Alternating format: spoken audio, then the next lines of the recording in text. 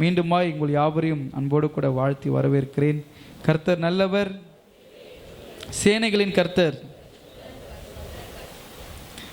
இந்த நாளிலும் கூட உங்களோடு கூட நான் இந்த வாக்குத்தத்த ஆராதனையிலே பேசும்படியாக ஆயத்தப்படும் பொழுது கர்த்தர் கொடுத்த வாக்குத்தத்த வார்த்தையை நம்ம வாசிப்போம். இந்த 4வது மாதம் ஏப்ரல் மாதத்தினுடைய வாக்குத்தத்தத்தை நம்ம வாசிப்போம். ஆதியாகமம் 28ஆம் அதிகாரம் 15வது வசனத்தை நம்ம வாசிப்போம். நான் உன்னோடு இருந்து நீ போகிற இடமெல்லாம் உன்னை காத்து இந்த தேசத்துக்கு உன்னை திரும்ப வர பண்ணுவேன்.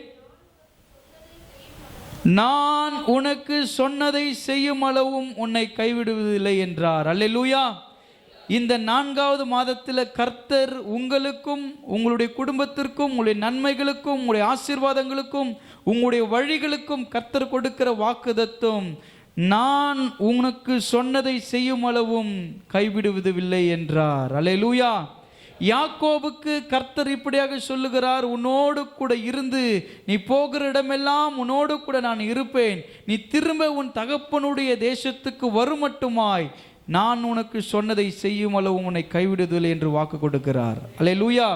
இந்த 3 மாதங்கள், வருஷம் துவங்கினதிலிருந்து இந்த 3 மாதங்கள் நீங்கள் கடந்து வந்த பாதைகள் ஒரு கடினமான பாதையாக இருக்கலாம், ஒரு கண்ணீரின் பாதையாக இருக்கலாம். ஒவ்வொரு மாதமும் கர்த்தருடைய சமூகத்திலிருந்து எனக்கு துவங்கின வாக்குத்தத்தம் மட்டும்தான் என்னை தேற்றினது. அந்த வாக்குத்தத்தம் மட்டும்தான் என்னை அற்புதமாய் நடத்தினது. அந்த வாக்குத்தத்தம் இல்லை என்றால், இந்த வார்த்தை இல்லை என்றால் நான் என்றைக்கோ மடிந்து போயிருப்பேன், என்றைக்கோ நான் உடைந்து போய் அமர்ந்து கொண்டிருந்திருப்பேன். ஆனால் வாக்குத்தத்தங்களும் அவருடைய வார்த்தைகளும் என்னுடைய வாழ்வில் இருந்தது நாள் மாத்திரம்தான். இந்த வார்த்தைகள், இந்த பரிசுத்த வேதத்தில் இருக்கிற வார்த்தைகள் என்னோடு கூட பேசினதால் மாத்திரம்தான் இந்த 3 மாதங்களை உங்களால் கடந்து வர முடியுது என்றால், இந்த 4வது மாதத்தில் கர்த்தர் சொல்லுகிறார், நான் உன்னை திரும்ப வர பண்ண மட்டுமாய் உங்கள் வாழ்க்கையில் உங்களை திருப்பி கொண்டு வர தேவன் வல்லமுள்ளவராக இருக்கிறார். இழந்தவைகளை எல்லாம் திருப்பி கொள்ள போகிறீர்கள். அல்லேலூயா. 3 மாதத்தில் நிறைய காரியங்கள் இழந்திருக்கலாம், வருமானங்கள் இழந்திருக்கலாம், பணங்களை இழந்திருக்கலாம், இல்லை நமக்கான குடும்பத்தில் இருக்கிற நபர்கள், ஆசீர்வாதங்கள், நன்மைகளை இழந்திருக்கலாம். கர்த்தர் சொல்கிறாரு, யாக்கோபுக்கு என்ன சொல்கிறாருன்னா, நீ திரும்ப உன் தகப்பன் தேசத்துக்கு திரும்ப வரும் மட்டுமானா உன்னை நான் என்ன பண்ண மாட்டேன், கைவிட மாட்டேன். உனக்கு சொன்னதை செய்யும்போது நான் உன்னை கைவிட மாட்டேன்னு கர்த்தர் சொல்கிறார். உன் தகப்பன் தேசத்துக்கு வரும் மட்டுமா. யாக்கோபு எப்படிப்பட்டவர் என்பதை நீங்கள் நன்றாக அறிந்திருக்கிறீர்கள். 2 பிள்ளைங்க, ஏசா, யாக்கோபு. யாருடைய பிள்ளைங்க? ஈசாக்குக்கு 2 பிள்ளைங்க. அவன் தகப்பன வயது முதிர்ந்தவராக இருக்கிறாரு. அந்த நாட்களில் யாக்கோபு தன் தகப்பனை ஏமாற்றி தன் சகோதரனை போல நடித்து அவருக்குரிய எல்லா ஆஸ்திகளையும் நன்மைகளையும் ஆசீர்வாதங்களையும் அவனுடைய புத்திர அந்த பாகத்தை என்ன பண்ணுறாரு, யாக்கோபு வாங்கி கொள்கிறார். வாங்கிட்டு அந்த ஊர்லேயே இருக்கக்கூடாது, இருந்தால் நம்மளை ஏதாவது பண்ணிவிடுவாங்க. அவங்க அம்மா சொல்கிறாங்க, நீங்கள் இருந்தால் அவங்க ஒன்றே ஏதாவது பண்ணிவிடுவோம், எங்கேயாவது போயிடு. ஆசீர்வாதத்தை வாங்கிக்கிறது விஷயம் இல்லை, அதை அனுபவிக்கிறது தான் விஷயம். இங்கே நிறைய பேர் எனக்கு ஆசீர்வாதத்தை கொடுங்க கொடுங்கன்னு ஆண்டவர்கிட்ட கேட்குறோம். ஆண்டவர் கொடுக்குறாரு ஆசீர்வாதத்தை, கொடுக்காம இருக்கிறாரு. ஆசீர்வாதத்தை கொடுத்து கூட நம்ம அதை அனுபவிக்க முடியாமல் சில நேரத்தில் இருக்குது. எப்படின்னா, கவர்மெண்ட்லேருந்து நம்மளுக்கு பணம் போடுறாங்கன்னு வச்சுங்களேன், அக்கௌண்ட்டில் வந்துச்சு, ஆனால் கையில் இல்லை, என்ன பண்ண முடியும்? அக்கௌண்ட்டில் தான் இருக்குது. உங்களுக்கு பேடிஎம்மும் யூஸ் பண்ண தெரில, கூகுள் பேயும் யூஸ் பண்ண தெரில, எதுவுமே யூஸ் பண்ண தெரில. நம்ம போய் பேங்க்கில் போய் இதை என்ன பண்ணாத எடுக்கணும். அதுக்குன்னு வழிமுறைகள் இருக்குது இல்லை. பேங்க்குக்கு போயிட்டு செல்லான் ஃபில் பண்ணி, எனக்கு வந்து ஏடிஎம் கார்டும் இல்லை, எதுவும் இல்லை, எனக்கு காசு நீங்கள் கொடுத்தா தான் வரும், அக்கௌண்ட்லேயே இருக்குது, அக்கௌண்ட்டில் இருக்குது, மாதம் மாதம் அப்படியே வந்துட்டு இருக்குது அக்கௌண்ட்டில். அது எடுக்க முடியாமல் அப்படியே இருந்துச்சுன்னா உங்கள் பேரில் ஆசீர்வாதம் கிரெடிட் ஆகிட்டு தான் இருக்குது. ஆனால் அது எடுத்து என்ன பண்ண முடியல உங்களால்? ஆசீர்வாதம் எதுக்கு கொடுக்கப்படுது? நம்ம தேவைக்கென்றும் நம்முடைய பிரயோஜனத்துக்கென்று தான் கொடுக்கப்படுது. உங்களுக்கு வர பணம் உங்கள் தேவைக்குன்னு தான் அது கொடுக்கப்படுது. அக்கௌண்ட்டில் போட்டு வச்சுட்டு அங்கிட்ட ஆசீர்வாதம் இருக்குது, ஒரு 100 ரூபா கடன் கொடு, நான் எடுத்து என்ன பண்ணுறேன், அது எடுத்து கொடுக்குறேன் அப்படின்னு சொல்கிறது கிடையாது. நம்மக்கிட்ட கொடுக்குற பிளெஸ்ஸிங், நம்மக்கிட்ட கொடுக்குற ஆசீர்வாதத்தை நம்ம கையில் வைத்து நிறைவாய் பயன்படுத்தணும். அல்லேலூயா. அதுக்கான வழிமுறைகள் தான், ஆசீர்வாதத்துக்கான வழிமுறை தான் கட்டளை. கட்டளை பின்பற்றுகிறது தான் ஆசீர்வாதத்தை பெற்று பயனடைய முடியும். இன்னைக்கு நம்ம ஆசீர்வாதத்தை மட்டும் பெற்றுக்கொள்ளுகிறோம். ஆண்டவரிடத்துல கேட்டு கேட்டு ஜெபித்து ஜெபித்து அழுது அழுது போராடி போராடி யாக்கோபு போல போராடி போராடி ஜெபம் பண்ணி ஆண்டவரிடத்திலிருந்து ஆசீர்வாதங்களை பெற்றுக்கொள்ளுகிறோம். அவங்க அக்கௌண்ட்டில் இருக்குது, ஆனால் அவங்களால யூஸ் பண்ண முடியல. ஏடிஎம் கார்டு தொலைச்சி போட்டிங்களே, என்னது ஏடிஎம் கார்டு? விசுவாசம் இல்லை, ஜபம் இல்லை, வைராக்கியம் இல்லை, தேவ பயம் இல்லை. இதெல்லாம் இருந்தால் தானே உங்களுக்கு இந்த ஆசீர்வாதத்தை பயன்படுத்த முடியும். யாக்கோபுடைய வாழ்க்கையில் இஸ்ரவேல் என்று அழைக்கும்படியான அவர் பெயரே கர்த்தர் மாத்திர அந்த சந்ததிக்கு. யாக்கோப்பு என்றால் எத்தனை என்று ஒரு பொருள் வருகிறதே.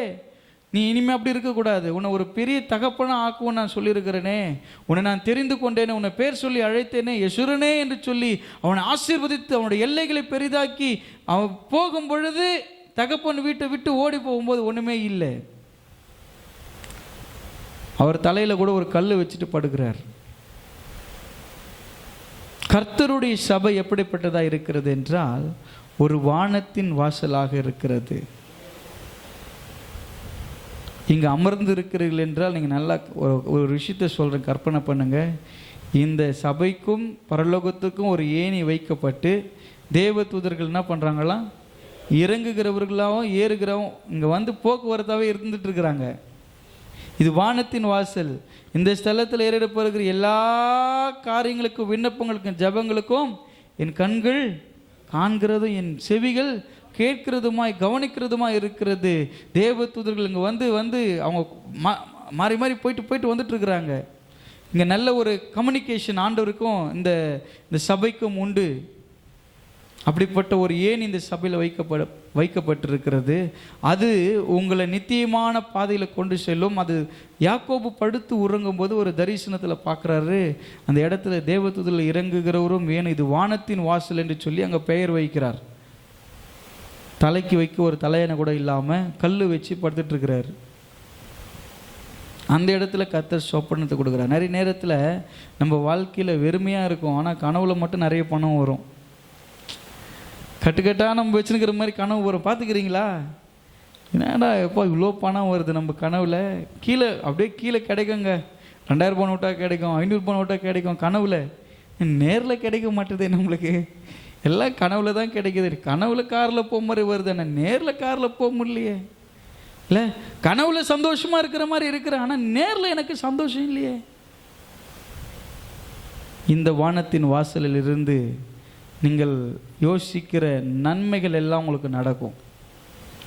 அப்போது கர்த்தருடைய ஆலயத்தில் நீங்கள் அமர்ந்து யோசிக்க வேண்டியது நன்மையானதை மாத்திரம் என்ன பண்ணுங்க, உக்காந்து யோசிக்கணும். இங்கே உக்காந்து சர்ச்சில் உக்காந்துக்கிட்டு வீட்டில் என்ன இருக்குமோ, அவருக்கு என்ன இருக்குமோ, அது எப்படி நடந்திருக்குமோ, இங்கே அதை யோசிச்சுட்டு இருந்தேன்னா உங்களுக்கு அதுதான் நடக்கும்.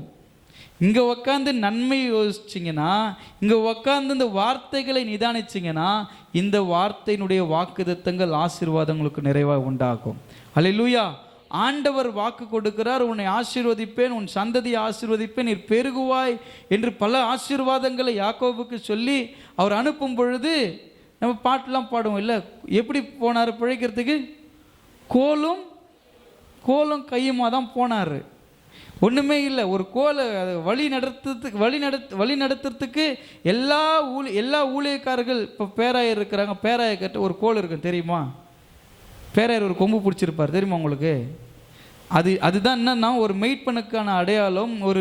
ஒரு பெரிய ஸ்தாபனத்தை நடத்துகிறாங்க, ஒரு பெரிய ஊழியக்காரர்களுக்கு ஒரு தலைவராக இருக்கிறாங்க அப்படின்னா அவங்க கையில் என்ன இருக்குது? கோல் இருக்குது. இப்போ கூட ஒரு பெரிய இஷ்யூ நடந்துச்சு. இந்திய தேசத்தில் ஒரு புது பார்லிமெண்ட் ஒன்று கட்டினார் இல்லை, பிரதமர் கட்டின உடனே அங்கே மதுரையிலேருந்து கொடுக்கப்பட்ட செங்கோல் என்ன பண்ணோம், அங்கே வைக்கணும். உங்களுக்கு அதெல்லாம் தெரியுதா?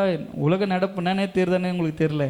செங்கோலா இது என்னது இந்த புதுசாக இருக்குது? அது ஒரு பிரச்சனை நடந்துச்சு. நேரு அவர்கிட்ட கொடுத்தாரு, அந்த செங்கோல் வந்து அங்கே வைக்கணும், அது வைக்கக்கூடாது அப்படின்னு பெரிய போராட்டங்கள் பெரிய பிரச்சனைகள்லாம் நடந்தது. அப்போது ஒவ்வொரு வழிநடத்துதலுக்கும் ஒரு கோல் தேவைப்படுது. கர்த்தரும் சொல்கிறார்ல, அவர் என் மெய்ப்பராக இருக்கிறேன்டா, உமது கோலும் உமது தடியும்.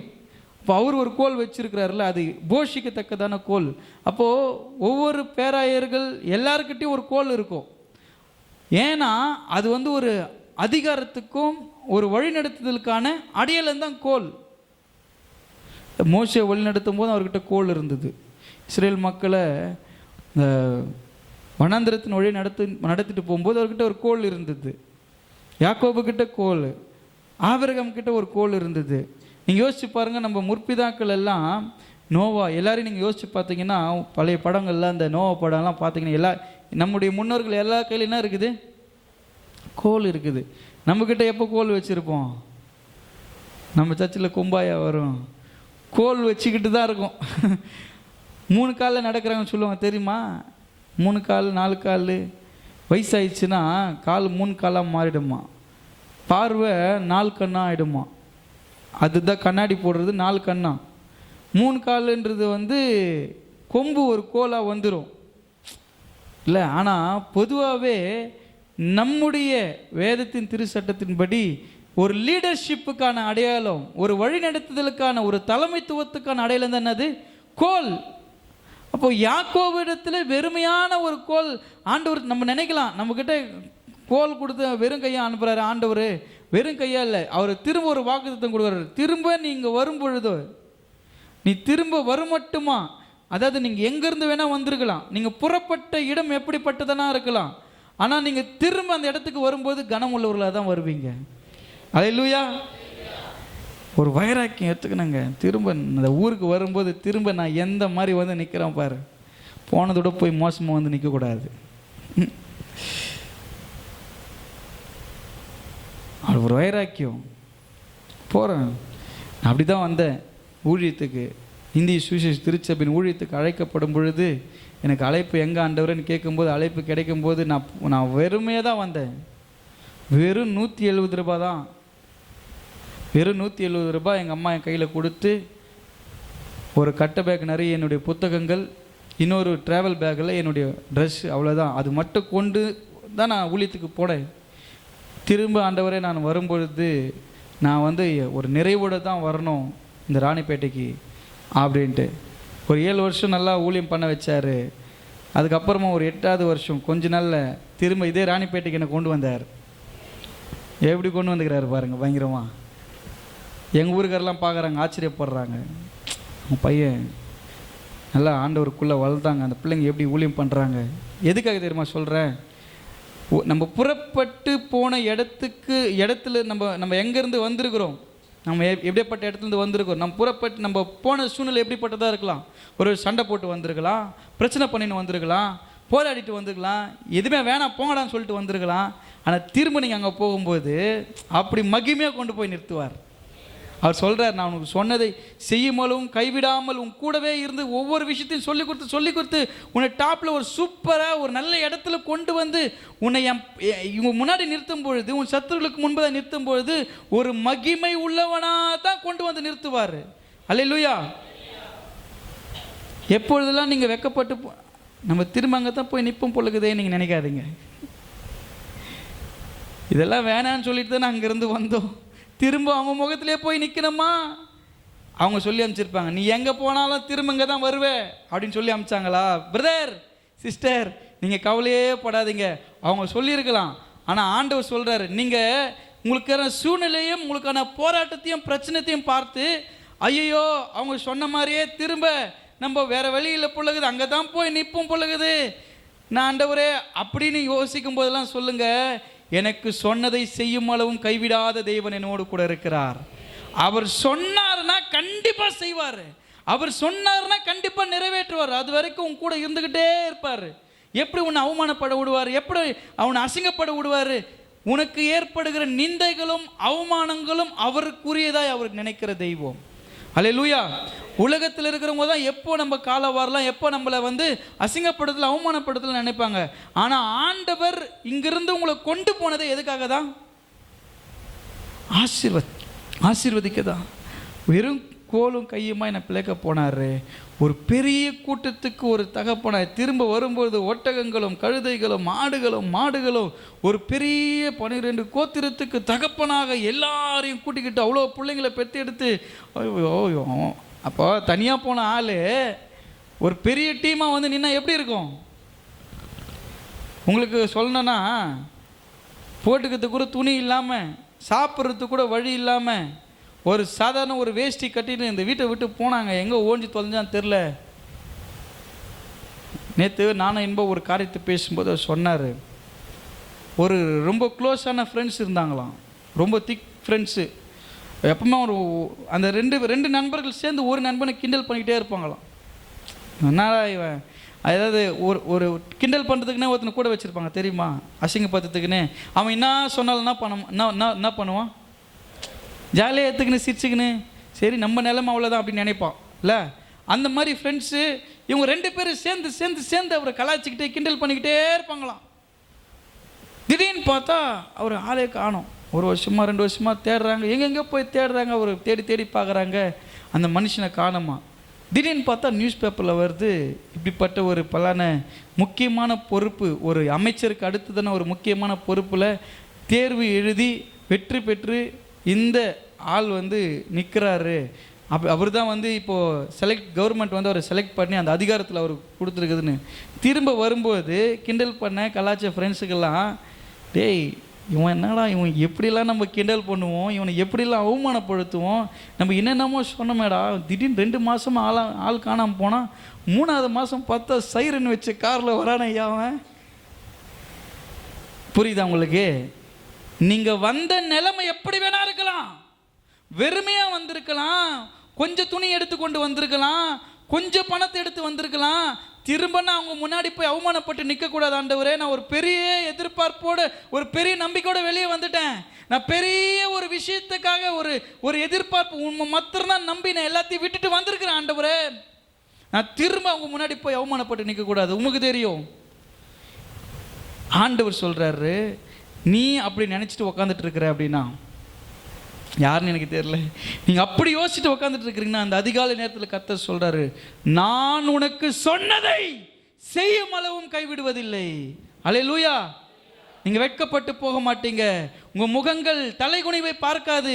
கர்த்தர் சொல்கிறாரு, நான் உனக்கு சொன்னதை செய்யும் அளவும் கைவிடுவதில்லை. நான் உனக்கு சொல்லியிருக்கிறேன். மனுஷன் சொல்ல உங்ககிட்ட, அவர் பொய் சொல்ல மனுஷன் அல்ல, மனமாற மனுபுத்திரன் அல்ல. மனுஷன் வாய்க்கு வந்ததெல்லாம் பொய் தான், வாய்க்கு வந்ததெல்லாம் கதை தான், எதை வேணா சொல்லுவான். ஆனால் ஆண்டவர் அப்படிப்பட்டவர் அல்ல. நீங்கள் நல்லா யோசிச்சு கொள்ளுங்க, நல்லா ஜபத்தோடு கூட இந்த சத்தத்தை கேளுங்க. ஆண்டவர் சொல்கிறார், உங்களை பெரிய பர்பஸ்க்காக நான் கொண்டு வந்திருக்கிறேன். எனக்கு ஒரு பெரிய திட்டம் இருக்குது, உங்களை குறித்த ஒரு பெரிய நோக்கம் இருக்குது. அதுக்காக தான் அந்த இடத்துல நீ இருக்கக்கூடாதுன்னு வேறு பிரித்து கொண்டு வந்திருக்கிறேன். அதனால நீ வந்து நடக்கலையே வரலையேன்றதுக்காக நீ தாமதமாவதுன்றதால கஷ்டப்படாத. உன்னை தைரியப்படுத்தும்படி பலப்படுத்தும்படி நான் உன்னோடு பேசுகிறேன். நான் உனக்கு சொன்னதை செய்யும் அளவும் கைவிடுவதில்லை. நீ திரும்ப அந்த இடத்துக்கு போய் நிற்கும் பொழுது கனமுள்ளவளாக தான் நிற்கணும். வெட்டுவேன் குத்துவேன்னு தெரிஞ்சிட்டு இருந்தார் ஏசா. அவன் வரட்டும், என் கண்ணில் மாட்ட மாட்டானே. நிறைய நம்ம கூட நிறைய பேர் இவங்க கண்ணில் நம்ம படவே கூடாது, நிறைய இடத்துக்கு நம்ம போக மாட்டோம். ஏன் சில ஃபங்க்ஷனுக்குலாம் போக மாட்டோம் தெரியுமா? நிறைய பேர் சில ஃபங்க்ஷனுக்குலாம் அந்த அம்மா எந்த ஃபங்க்ஷன் கூப்பிட்டாலும் வராது, நேற்றுக்கு அவங்க கண்ணிலெல்லாம் படணும்னு நம்ம கொஞ்சம் விலகி இருப்போம். ஆனால் எல்லார் கண்ணிலையும் படுற மாதிரி கர்த்தர் ஒரு நாள் உங்களை ஆசீர்வதிப்பார். அல்லேலூயா. நீங்கள் ஒரே ஒரு காரியத்தை, யாக்கோபுடைய வாழ்க்கையில் இருந்த சிறையிருப்பு, உங்களுடைய சிறையிருப்பை திருப்பும் பொழுது உங்களை அடிக்கணும், உங்களை வந்து அவமானப்படுத்தணும்னு நினைக்கிற ஏசாக்கள்லாம் வந்து, சே அவன் நல்லா வந்துட்டான்டா, அவனை என்னமோ நினச்சேன், அவன் வெறியெல்லாம் அப்படியே எப்படி மாறிச்சுன்னா ஓடி போய் கட்டி அணைக்கிறதா மாறி போயிடுச்சு. அல்லேலூயா. உங்கள் மேலே இருக்கிற மன கஷ்டங்கள், கோபங்கள், வைராக்கியங்கள்லாம் எப்படி மாறுதுன்னு தெரியுமா? அவன் வந்தால் போதுங்க, அவன் எங்கள் வீட்டில் வந்தான், ஏங்க உங்கள் கால் போட்டால் எனக்கு ஒரு ஆசீர்வாதம் சார், வந்து போங்க சார்ன்ற அளவுக்கு உங்களை மாற்றிடுவார். அல்லேலூயா. யாக்கோபை அப்படி தான் கர்த்தர் ஆசீர்வதிச்சார். எத்தன் திருடன் சொன்னாங்க, ஆமாம் தானே? யாக்கோப்னு அர்த்தம் ஏமாத்துக்காரன். நிறைய பேர் நல்லா சந்தோஷமாக வச்சுக்கோங்க பேர் எத்தன்ட்டு. யாக்கோப் அப்படின்னு என்னது? எத்தன். ஜேக்கப் அப்படின்னா என்னது? திருடன் அப்படின்னு அர்த்தம். அந்த பேர் வச்சுக்கோங்கல்ல, அந்த மாதிரி தான் இங்கே எத்தன் அப்பாவை ஏமாற்றிட்டு ஓடிட்டு போயிட்டான் அவன். அந்த பேரோடு எவ்வளோ காலம் ஆண்டவர் நான் வாழ்ந்துட்டு இருக்கிறது. அப்பாவை ஏமாற்றிட்டு போயிட்டான், அம்மாவை ஏமாற்றிட்டு போயிட்டான், அண்ணனை ஏமாற்றிட்டான், தம்பி ஏமாற்றிட்டான், இப்படியே என்ன சொல்லிட்டு இருக்கிறாங்க. ஆனால் நான் எந்த சூழ்நிலை வந்தேன்னு யாருக்குமே தெரியாது. இல்லை, நீங்கள் அப்படி யோசிச்சுட்டு இருக்கலாம், எந்த சூழ்நிலை நான் வந்து இங்கே நின்றுக்கிறேன்னு உங்களுக்கு யாருக்கும் தெரியாது. நிறைய பேர் உங்கள் முகத்தை தான் பார்க்குறாங்க. நான் கூட உங்கள் முகத்தை மட்டும்தான் பார்க்க முடியும். ஆனால் உங்கள் இருதயத்தை கர்த்தர் நன்றாக அறிந்திருக்கிறார். எவ்வளோ விஷனத்தோடு, எவ்வளோ கண்ணீரோடு, எவ்வளோ பாரத்தோடு உடைக்கப்பட்டு நீங்கள் வந்திருக்கிறீன்றதை கர்த்தர் நல்லா அறிந்திருக்கிறார். ஆகவே உங்களுக்கு நான் தைரியமாய் சொல்லுகிறேன், நீங்கள் வந்து யாக்கோபை போல நீங்கள் வந்திருக்கலாம். ஒரு சிறையிருப்புக்காக நீங்கள் வெளியே வந்திருக்கலாம், ஒரு சிறையிருப்புக்காக நீங்கள் நடந்து கொண்டிருக்கலாம். ஆனால் கர்த்தர் சொல்கிறாரு, மீண்டுமாய் உன்னுடைய தகப்பன் வீட்டுக்கு நீ போகும் பொழுது, உன் தகப்பனுடைய தேசத்துக்கு நீ திரும்பும் பொழுது, திரும்ப நீ ராணிப்பேட்டைக்கே வந்து நிற்கும் பொழுது, ஏன்னா நான் அங்கேருந்து தான் புறப்பட்டேன், அதனால சொல்கிறேன். நீங்கள் எங்கேருந்து புறப்பட்டீங்க எனக்கு தெரியாது. நீங்கள் எங்கே புறப்பட்டு வந்தீங்களோ திரும்ப அந்த இடத்துக்கு நீங்கள் போய் நிற்கும்போது, திரும்ப உங்கள் தகப்பன் விட்டு அண்டையில் உன் சகோதரிடத்தில் நீ போய் நிற்கும் பொழுது, வாப்பா வாப்பா வாப்பா உக்காருப்பா வாப்பா, அவர் அண்ணனா இருப்பார், இப்போ பரவாயில்லப்பா உக்காருப்பா, ஏன்ப்பா உக்காருப்பா, பரவாயில்ல நீங்கள் உக்காருங்கண்ணா. நீங்கள் சொன்னால் ஐயோ நீ உக்காருப்பா, உன் முன்னாடி போய் நான் உக்காருப்பா, நான் இதெல்லாம் நான் இருக்குது நீங்கள் சொல்லினா கூட கேட்க மாட்டார்ப்பா, நீ உக்காருப்பா, அப்போ எதாவது வாங்கிட்டு வரட்டுமாப்பா, இதெல்லாம் நடந்தால் நல்லா தான் இருக்கும் பாஸ்டர் அப்படின்ற மாதிரி பார்க்குறீங்க. நான் சொல்கிறேன் பாருங்கள், பேசுறது ஆண்டவர். அல்லேலூயா. அவர் வாக்குத்தத்தங்கள் வெறுமையாக உங்கள் மடியில் வரவே வராது. கர்த்தர் சொன்னார்னா ஒவ்வொரு நாளும் நீங்கள் யோசிக்க, சொன்னதை செய்யும்போதும் கைவிட மாட்டார். அவர் சொன்னதை எவ்வளோ காலம் வேணால் ஆகலாம், எது வேணால் நடக்கலாம், ஆனால் ஆண்டவர் சொன்னதை கண்டிப்பாக செய்வார். அவருடைய வாக்குத்தத்தங்கள் எல்லாம் ஆம் என்றும் ஆமென் என்றும் இருக்கிறது என்றால் அந்த வாக்குத்தத்தங்களை நிறைவேற்றுவதற்கு தேவன் வல்லமுள்ளவராக இருக்கிறார். திரும்ப உங்களை கொண்டு போய் நிறுத்த, திரும்ப நீங்கள் வர ஒரு இடம், திரும்ப நீங்கள் வந்து நிற்கிற இடமா வந்து எப்படிப்பட்டதாக இருக்கும், அந்த சூழ்நிலை எப்படிப்பட்டதாக இருக்கும்னா, நான் வெக்கத்தோடு அவமானத்தோடு லட்சியோடு அந்த இடத்துல போய் நிற்க மாட்டீங்க. கனமுள்ளவர்களாகவும் ஆசீர்வதிக்கப்பட்டவர்களாகவும் நிறைவுள்ளவர்களாகவும் உங்களால் எல்லாரும் போஷிக்கப்படும்படியாகவும் ஒரு பெரிய கூட்டத்துக்கு தகப்பனாக, ஒரு தாயாக உங்களை பார்க்குறவங்கெல்லாம் சொல்லுவாங்க, எங்கள் அம்மாப்பா எங்கள் அப்பாப்பா எங்களை வாழ வச்சாங்கப்பா.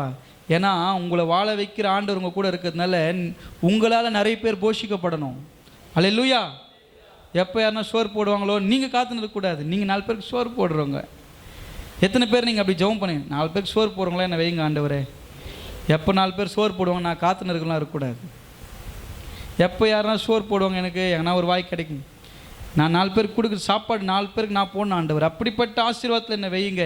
யாக்கோபு பெரிய ஜாதி, பெரிய மனுஷனா, பெரிய நேஷன், பெரிய தேசமாக, ஒரு தனிப்பட்ட ஒரு மனிதனை பெரிய தேசமாக மாற்றுறார். இப்போ உங்களுக்கு புரியுதா எதுக்காக உங்களை பிரித்து கொண்டு வந்துக்கிறாருன்னா, நீங்கள் கடைசியாக என் பிள்ளைய இப்படி தான் ஒண்டியாக விட்டு போயிடுவணும், இப்படி தான் என் வாழ்க்கை தனியாகிடுமோ, உன்னை பெரிய தேசமாய், நீ தனிப்பட்ட ஆள் இல்லை, நீ ஒரு பெரிய தேசம், உன்னை பெரிய தேசமாக்கும்படி தான் உன் தகப்பன் வீட்டை, உன் இனத்தை விட்டு நான் உன்னை கொண்டு வந்திருக்கிறேன். என்னை நீ மகிமைப்படுத்துகிறாய் என்றால் என் வார்த்தைக்கு, என் கட்டளைகளுக்கு, என் கற்பனைகளுக்கு கீழ்ப்படிந்து நடந்து அந்த திரு சட்டத்தின்படியே வாழ்வதற்கு உன்னை ஒப்பு கொடுத்திருக்கிறாய் என்றால் நிச்சயமாய் உன்னை மறுபடியும் நான் உன்னுடைய தகப்பன் இல்லத்துக்கு கொண்டு போய் நிறுத்தும் பொழுது ஒரு கனமுள்ளவளாக தான் நிறுத்துவேன். ஹல்லேலூயா. யாக்கோபுக்கு கர்த்தர் அதை சொன்னார், அதை நிறைவேற்றினார். யாக்கோபு பயணித்த பாதையில் பல இடர்பாடுகள், பல பிரச்சனைங்க. எத்த உடனே யாக்கோபை, அதாவது நீங்கள்லாம் சும்மாலாம் சொல்லாதீங்க, எல்லாமே படம்லாம் பார்த்துருக்குறீங்க. ஆமாம் தானே? அதிகாலை நேரத்தில் பொய் சொல்லக்கூடாது வாய் திறந்து. ஒரே பாட்டில் சூரிய வம்சத்தில் ஓஹோன்னு ஐஏஎஸ் ஆயிடுறாங்க. நேற்று புறப்பட்டு வந்துட்டு பொழுது வெடித்தவங்களும், எங்கே ஆண்டவரே நான் நேற்று பஸ் ஏறி வந்தேன், என்னை ஆசீர்வதிப்பு கொண்டு பண்ணி நிறுத்துவேன்னு, அப்படி இந்த கதையெல்லாம் சொல்லக்கூடாது. பாடுகள், உபத்திரவம், கஷ்டம், உணர்வு விஷயம் சொல்லட்டுங்களா, நான் உழைக்காமல் முன்னேற முடியாது. யாக்கோபு அங்கேருந்து வந்துட்டார், என்னை ஆசீர்வதிப்பேன், என்னை பெரிய தேசமாக்கும்னு சொல்லிட்டார் ஆண்டவர். அன்றைக்கி எலியாவை போஸ் மாதிரி காக்கா கிட்ட இருந்தால் கூத்தான்னு போகிறலாம் பார்க்கல. ஆடு மேய்க்கிறார், போயிட்டு உழைக்கணும், உழைச்சி சம்பாதிக்கணும். அப்போ தான் என்ன வரும்? உயர்வு வரும். ஆமாவா இல்லையா? ஹார்ட் ஒர்க் பண்ணோம், உழைச்சி உழைச்சி சம்பாதிச்சு மாமனார் கூத்தாரு, எல்லாம் உனக்கு தையா, எத்துக்கியா போயா, இவ்வளோ நாள் கஷ்டப்பட்டு உழைச்சிக்கிற, 40 வருஷம் ஆடு மேய்ச்சிருக்கிற, இப்போ ஆடு மேய்ச்சி ஏங்க நான் சாப்பிட்ணுன்னா உழைச்சி தான் ஆகணும். ஆசீர்வதிப்பேன். அப்படியே வீட்டிலே உக்காந்துருங்க, வேலைக்கு போகாமல். உழைச்சாதான் காசு. நீ கஷ்டப்படு, பாடுபடு. நீ இந்த உபத்திரவத்தின் வழியாக நீ கஷ்டப்படுகிறது, அது நம்ம பெற்றுக்கொண்ட கடலிருந்து பெற்றுக்கொண்ட ஒரு சாப்பிட்ணும் தெரியுமா? அதான் பாவம் பண்ணும்போது சொன்னார், உன்னுடைய வேர்வை நிலத்தில் சிந்தி நீ சம்பாதிக்கணும். நீ எந்த வேலை வேணால் செய்ய, வேர்வை சிந்தாமல் உனக்கு கிடையாது. நீ ஆஃபீஸராக இருந்துன்னா கூட உள்ளே உக்காந்துக்கிறவே தான் ஏசி, வெளியே வந்தால் நீ வேர்வை சிந்தாமல் இருப்ப. வேர்வையே வராமல் நான் ஒர்க் பண்ணுறேங்கன்னு யாருன்னா சொல்லுங்கள் பார்க்கலாம். எந்த ஒர்க் அந்த மாதிரி இருக்குது? எந்த ஒர்க்குமே கிடையாது. ஏசி மெக்கானிக்காக இருந்தால் கூட ஏசி இல்லாமல் தான் ஒர்க் பண்ண வேண்டியதாக இருக்குது. என்னவா பேர் தான் ஏசி மெக்கானிக்காக, ஏசி மெக்கானிக்ப்பா, ஏசியில் ஏற்பாடு போலுக்குது. ஏசி மெக்கானிக் ரிப்பேர் ஆனால் ஏசியில் போய் அவர் எங்கே ஏசி மெக்கானிக்கு? பாவம், அவருக்கு தான் வேத்து ஊற்றின்னு கிடக்கும். அதனால் நீங்கள் ஹார்ட் ஒர்க்கு. யாக்கோபு யாருன்னு பார்த்தீங்கன்னா நல்ல உழைக்கக்கூடிய மனிதன். தேவ நம்பிக்கையோடு, தேவ பக்தியோடு, தேவ பயத்தோடு கூட, விசுவாசத்தோடு, நம்பிக்கையோடு நல்லா உழைச்சி முன்னேறி அவர் பெரிய ஆசீர்வாதத்தோடு கூட வந்தவர் தான் யாக்கோபு. அவர் இஸ்ரவேலை கர்த்தர் மாற்றினார். உன் பெயர்கள் மாற்றப்பட்டு உன் அடையாளம் தெரியாத அளவுக்கு கர்த்தர் உனக்கு என்ன பண்ணுவார்? ஆசீர்வாதங்களை கொடுக்க வேண்டும். என்றால் இங்கே பெரிய நேஷன், பெரிய தேசமாக மாறினா கர்த்தர் இன்றைக்கு உங்களோட பேசுகிற காரியம், நீங்கள் நல்ல ஹார்ட் ஒர்க்கராக நல்லா உழைக்கிறவர்களாக இருங்க. கண்டிப்பாக கர்த்தர் உங்கள் வாழ்க்கையில் அதை செய்வார். ஹல்லேலூயா. இந்த மாதத்தில் கர்த்தர் நம்ம கொடுத்த வாக்குத்தத்தம் ஆதியாகமம் 28:15 கடைசி அந்த வசனத்தை வாசிங்க பார்க்கலாம். நீ நான் உன்னோடு இருந்து நீ போகிற இடங்களெல்லாம் உங்களை காக்கிறாரு. இதுதான் அந்த வார்த்தையினுடைய மகத்துவம். என்னன்னு பார்த்தீங்கன்னா, நான் உன்னோடு இருந்து நீ போகிற இடமெல்லாம் நீங்கள் எங்கே போனாலும் உங்களை பாதுகாக்கிறாரு. உங்களை பாதுகாக்க வேண்டியது அவருடைய கடமை. ஏன்னா உங்களை அங்கேருந்து கூப்பிட்டு வந்தது அவர் தானே. அதனால் யார் பாதுகாப்பு கொடுக்கணும்? எல்லா டொமாண்டோ எல்லாருமே இருக்கிறாங்க உங்களுக்கு பாதுகாப்பு கொடுக்கறதுக்கு. அவர் கூடவே இருக்கிறார். உங்களை பாதுகாத்து என்ன பண்ணுறாரு? உங்களுக்கு நல்லா ப்ரொடெக்ட் பண்ணி உங்களை திரும்ப உங்களை கொண்டு வந்து நிற்க வைக்கும் போது, நான் உனக்கு சொன்னதை செய்யும் அளவும் உன்னை கைவிடுவதில்லை. உங்கள் வாழ்க்கையில் அவர் சொன்னதை செய்யும் அளவு உங்களை கைவிட மாட்டார். அதுக்கு நீங்கள் நல்லா யாக்கோபை போல விசுவாசிக்கிறவர்களாய், யாக்கோபை போல உழைக்கிறவர்களாய், யாக்கோபை போல கர்த்தர் மேலே பயம் உள்ளவர்களாக நீங்கள் நடக்கும் பொழுது, உங்களோடு கூட இருந்து உங்களை பாதுகாத்து திரும்ப உங்கள் தகப்பனுடைய தேசத்துக்கு வரும் பொழுது, அன்னைக்கு நீங்கள் யோசிப்பீங்க, என் ஆண்டவர் எனக்கு சொன்னபடியே கொண்டு வந்து நிறுத்தியிருக்கிறாரு, நன்றி தகப்பனே, நன்றி ஆண்டவரேன்னு சொல்லும்படி கர்த்தர் உங்களை நிறுத்துவார். இது இன்றைக்கு கர்த்தர் உங்களோடு பேசுகிற வார்த்தை. சிந்தித்து செயல்படுங்கள். கர்த்தர் உங்களையும் உங்களுடைய குடும்பங்களையும் ஆசீர்வதிப்பார். இந்த வாக்குத்தத்தங்கள் உங்கள் வாழ்வில் நிறைவாக செயல்பட கிரியை செய்ய இன்றிலிருந்து துவங்கும். நீங்கள் ஜபத்தோடு உங்களுடைய உழைப்பு, நம்பிக்கை என்றைக்குமே வீணாகாது. எவ்வளோ காலத்துக்கு தான் இப்படியே உழைச்சிட்ருக்கணும்னு நினைக்காதீங்க. கண்டிப்பாக நீங்கள் உழைக்கிற உழைப்புக்கெல்லாம் பலன் உண்டு. உங்கள் ஹார்டு ஒர்க்கை இந்த உலகம் பார்க்காம போகலாம், அங்கீகரிக்காமல் போகலாம். உங்கள் ஹார்டு ஒர்க்கை யார் பார்க்குறது? ஆண்டவர் பார்த்துட்டு இருக்கிறார். உங்களுடைய கடுமை அதெல்லாம் சொல்லுவாங்க, கடின உழைப்பை கர்த்தர் பார்க்குறாரு. நீ கடினமாக உழைக்கிறத கர்த்தர் பார்த்து அதன்படி உங்களை ஆசீர்வதித்து உங்களை உயர்த்துவார். யாக்கோபுக்கு அந்த ஆசீர்வாதம் உண்டானது, நிச்சயமாக உங்களுக்கும் உண்டாகும். வார்த்தைகளை சிந்தித்து செயல்படுங்கள். நம் யாவரும் எழுந்து நின்று